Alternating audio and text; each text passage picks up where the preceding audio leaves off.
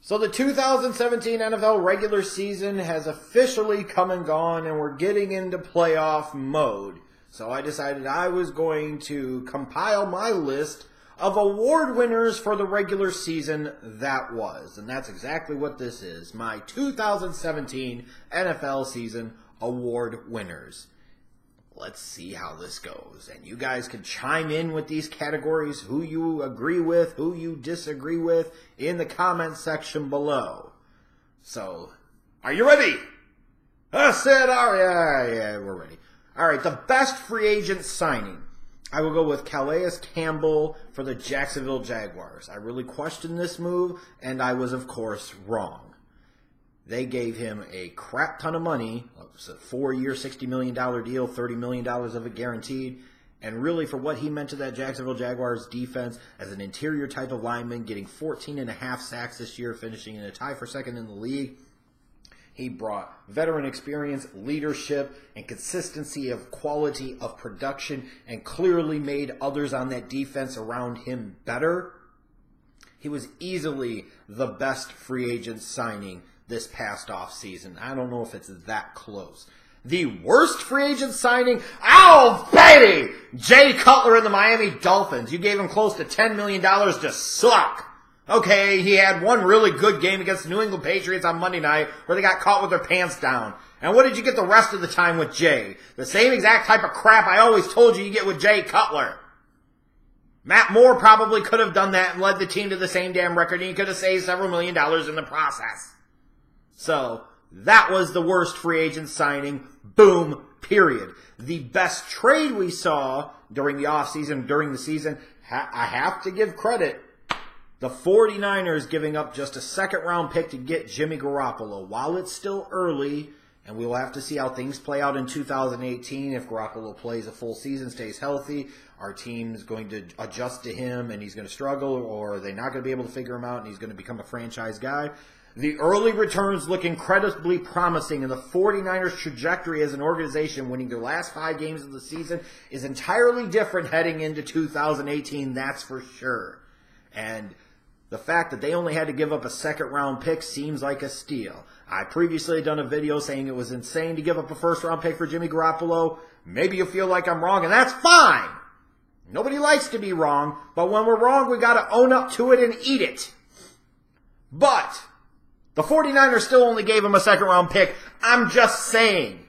They didn't give up a first-round pick, so even they didn't think Garoppolo was worth a first-round pick, nor did Bill Belichick. Whether his hand was forced to make this deal or not, it depends on what you believe. He didn't get a first-round pick for it.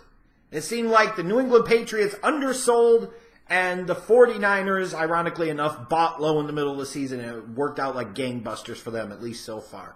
The worst trade of 2017 to me had to be the Houston Texans dumping Brock Osweiler and in the process giving up a second-round pick in basically exchange for $16 million. Now look, dumping Brock Osweiler and his cap figure on somebody else, cool. You admitted your mistake, a mistake you shouldn't have made to begin with, but you admitted your mistake and you moved the hell on.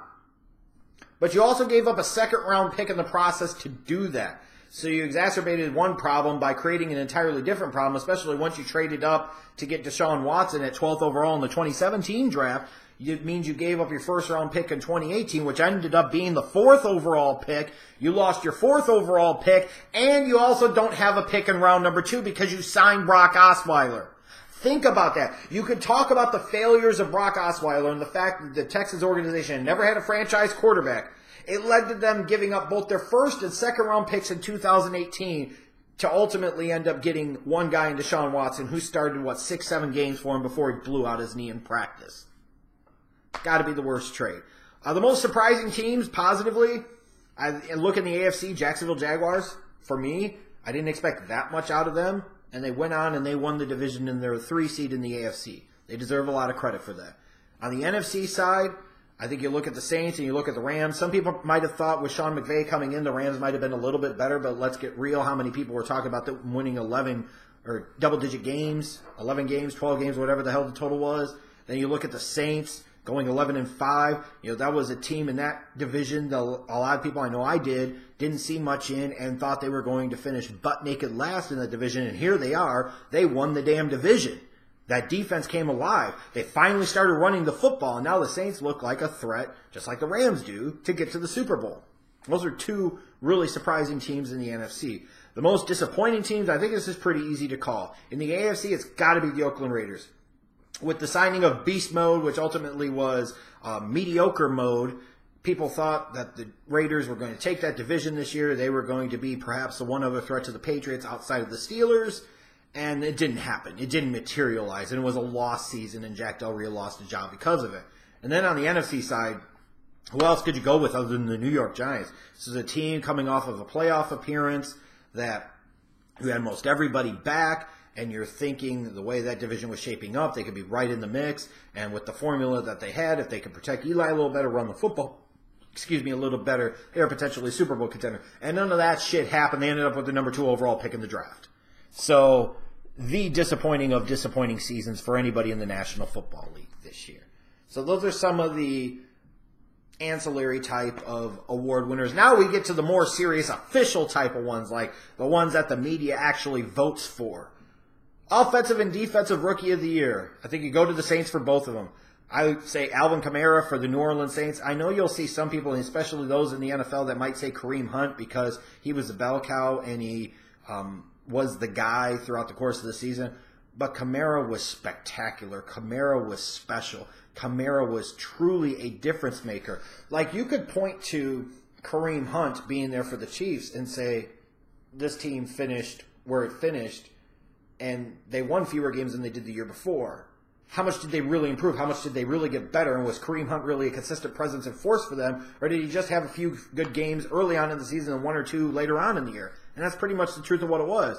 Where Kamara seemed like every single week, once they got rid of AP and finally realized, holy crap, Kamara's a special talent. We gave up a second-round pick in 2018 to trade up into the third round of 2017 to get him. We better use him. Man. I'll put it this way. He averaged over 6 yards a carry. He averaged over 10 yards of reception. And between as a runner, a receiver, and a few opportunities as a return guy, he ended up with, 212 touches on the season total? And he scored 14 touchdowns. He was a difference maker. He was an impact player for a team. So whereas you look at Kareem Hunt and you say, he was there, he's nice, definitely a candidate, but how much did he really improve the team? Hard to quantify. Kamara clearly brought a different element to the Saints and clearly made them a whole lot better. And then on the defensive side of the ball, I think it's Marshawn Lattimore for the Saints. I mean, he played like the shutdown man cover corner that I thought he could be coming out of Ohio State as long as his hamstring stayed healthy. Because he was a stud at Ohio State and he proved himself to be here. He's going to be a top 5 corner in this league probably for years to come. Honorable mention to a guy like Tre'Davious White of the Bills. He had a very nice rookie year, but in terms of defensive rookies, I think it's Marshawn Lattimore. Comeback player of the year, I think this one's really easy now. Keenan Allen of the Los Angeles Chargers. Remember early on in 2016, he tore his ACL and missed the rest of the year. He comes back this year, 102 receptions, 1,393 yards, 6 touchdowns receiving, including a record-setting performance in the heart of the season where he had 3 straight games with 10 receptions, 100-plus yards, and a touchdown. Nobody else in NFL history had ever done that. All coming off of an ACL injury.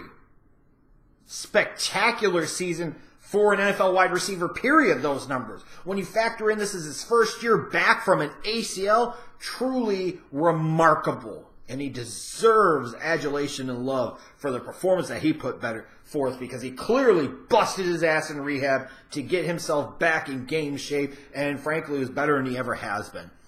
Executive of the year, I think you got to go with Howie Roseman of the Eagles. Trying to fix the Chip Kelly mess takes a lot of work. But over the course of 2 years, and it's kind of a body of work thing between the moves to be able to get up into the second overall position in 2016 and draft Carson Wentz, then the trade of Sam Bradford to recoup that first-round pick in 2017 where you basically only had a net loss of 2 slots in your draft position, but combination of guys he's drafted, guys he's traded, free agency, all of that. You look at the Eagles, they ended up with the number 1 overall seed in the NFC playoffs. he's got to get recognition and credit for that. I mean, he really, truly does. He put a great coaching staff in place. He's brought in pieces in a variety of different ways. He absolutely deserves to be thought of as the executive of the year. Coach of the year, I am a man of my word. Before the season, I said if Dan Quinn got the Falcons back to the playoffs, he would be my coach of the year. Because of what happened in the Super Bowl, knowing it could be tough for losers of the Super Bowl to get back to the playoffs the next year, especially when you look back and you see how strong the top of that NFC was and the fact that the Falcons were still able to handle business in Week 17. It was a home game, sure, but they're playing an 11-win Carolina team. And they handled their business and got the job done and they came through. I will give Dan Quinn the nod as Coach of the Year. When you're wrong, you're wrong. And I feel like as much as we don't like to talk about it, and I most certainly don't like to talk about when I'm wrong, and I know a lot of you don't like to give me credit for when I'm ever right, because I'm right a lot too. I do think it's important to set an example and own up to the things that I've said. And I said if he led the Falcons back to the playoffs, he was my Coach of the Year. And he is. So if you're wanting love for a Sean McDermott or Doug Marrone or a Sean McVay or a Ron Rivera or Doug Peterson or a Sean Payton, they all deserve consideration, okay? I just have to own up to what I said. Mike Zimmer, too, he deserves love. Because trust me this, a lot of Vikings fans will try to pretend like it's not true, but they were ready to start calling for Mike Zimmer's head there in Minnesota before this 2017 season started. I promise you that. You can fool a lot of people. You're not fooling the Schleg Daddy, okay? But Dan Quinn, my Coach of the Year, to get back in the playoffs when you were scuffling offensively the early part of the season because Sarkisian didn't know what the hell he was doing, yeah, you did some good work there. Defensive Player of the Year, I will go again with Calais Campbell. For the Jaguars, you could see him coming into this defense. He was a difference maker. He made other people around him better. You could argue he made everybody on that defense better. 14.5 sacks. He had some big-time games and just in general was a consistent force, a consistent presence for this team. So you could make an argument for guys like Cameron Jordan. You could make an argument for Chandler Jones, who had 17 sacks for the Cardinals. But they ultimately were a losing team. DeMarcus Lawrence deserves consideration, but Calais Campbell was part of a team that made it to the playoffs for the first time since 2007, and he was a big reason for that. And last but most certainly not least is most valuable player of the National Football League. I'm not sure who the actual winner is going to be. There probably will be a strong argument for Carson Wentz. There probably will be a big push for Tom Brady as some type of career achievement award. But I'm going to go in a different direction. I'm going to go with Todd Gurley of the Los Angeles Rams. And some are going to say, well, he looked a lot better because of Sean McVay, but also because of Jared Goff and his improvement and progression. Well, that's true, but you could say the same thing about Carson Wentz and Tom Brady. If Tom Brady doesn't have Gronk and other people, well, he's Tom Brady. He still seems to find a way to produce. But Carson Wentz, how much better does he look if Nelson Aguilar doesn't have a big year 3, if Alshon Jeffrey isn't brought in, if Zach Ertz doesn't become one of the most reliable pass-catching tight ends in the freaking league, if he didn't have one of the best offensive lines in the league in front of him. I mean, we could go all this. But I look at Todd Gurley and his impact to the Rams. 1,300 yards rushing, averaged 4.7 yards per carry, 64 receptions for 780-something yards, 6 touchdowns.